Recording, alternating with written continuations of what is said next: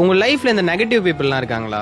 அப்போ இந்த குட்டி கதையை கேளுங்க. ஒரு நாள் தவளை கூட்டம் ஃபாரஸ்ட்குள்ள போயிட்டு இருக்கு. அப்ப அந்த கூட்டத்துல இருந்த 2 தவளை ஒரு பெரிய பள்ளத்துல விழுந்துடுது. மத்த தவளை எல்லாம் அவ்வளவு பெரிய பள்ளத்தை பார்த்துட்டு, அவ்வளவுதான், உங்களெல்லாம் ஜம்ப் பண்ணி மேல வர முடியாது, இவ்வளவு பெரிய பள்ளமா இருக்கு அப்படின்னு சொல்லுது. விழுந்த 2 தவளை மேல குதிச்சு வர ட்ரை பண்ணுது. அப்போ மேல இருந்த தவளைங்க எல்லாம், இவ்வளவு பெரிய பள்ளமா இருக்கு, உங்களெல்லாம் மேல வர முடியாது, எனர்ஜியை வேஸ்ட் பண்ணாதீங்கன்னு டிமோட்டிவேட் பண்ணுது. இதுங்க டிமோட்டிவேட் பண்றதுல 2 தவளையில ஒரு தவளை குதிக்கிறத ஸ்டாப் பண்ணிடுச்சு.